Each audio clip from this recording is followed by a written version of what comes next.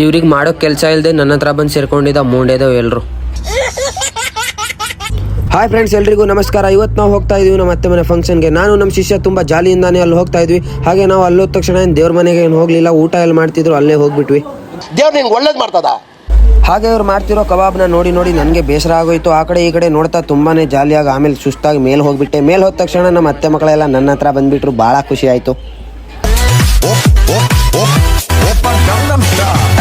Suddenly ನಮ್ಮ ಅತ್ತೆ ಬಂದು ಇಲ್ಲೇನೆ ಮಾಡ್ತಿದ್ದೆ, ಒಳಗೆ ಹೋಗಿ ಕೆಲಸ ಮಾಡೆ ಅಂದ್ಲು. ಪಾಪ ನಮ್ಮ ಅತ್ತೆ ಮಗಳು ನನ್ನ ಬಿಟ್ಟು ಹೋಗೋ ಮನಸ್ಸೇ ಇಲ್ಲ.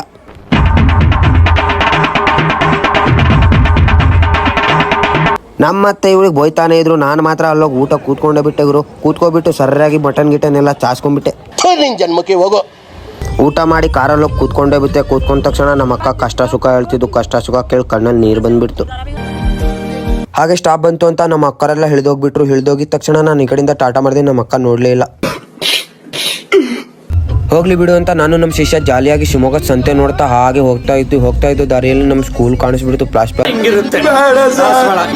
ಸ್ಕೂಲ್ ಸವಾಸ ಬೇಡ ಅಂತ ಕೆಳಗಡೆ ನೋಡ್ತಾ ಇದ್ದೀನಿ. ನಮ್ಮ ಶಿಷ್ಯ ಮಲ್ಕೊಂಡ್ಬಿಟ್ಟಿದ್ದಾನೆ. ಹಾಗೆ ಮಲ್ಕೊಂಡ ತಕ್ಷಣ ಮುಂದ್ಗಡೆ ನೋಡ್ತಾ ಇದ್ದೀನಿ ಹುಡುಗಿರು ನಾನು ಕ್ಯಾಮ್ರಾ ಹಿಡಿದಿದ್ದು ನೋಡಿ ಮುಖ ಆ ಕಡೆ ತಿರ್ಸ್ಕೋಬೇಕಾ.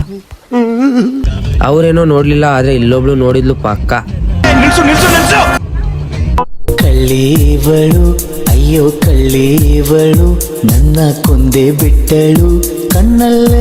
ಕಳ್ಳಿ ಏನೋ ಪಾಸ್ ಆಗ್ಬಿಟ್ಲು, ಆದ್ರೆ ಇಲ್ಲೊಂದು ಕಳ್ಳ ನನಗೆ ದುರ್ಗೊಡ್ಸ್ಕೊಂಡು ನೋಡ್ತಿದ್ದಾನ ಗುರು.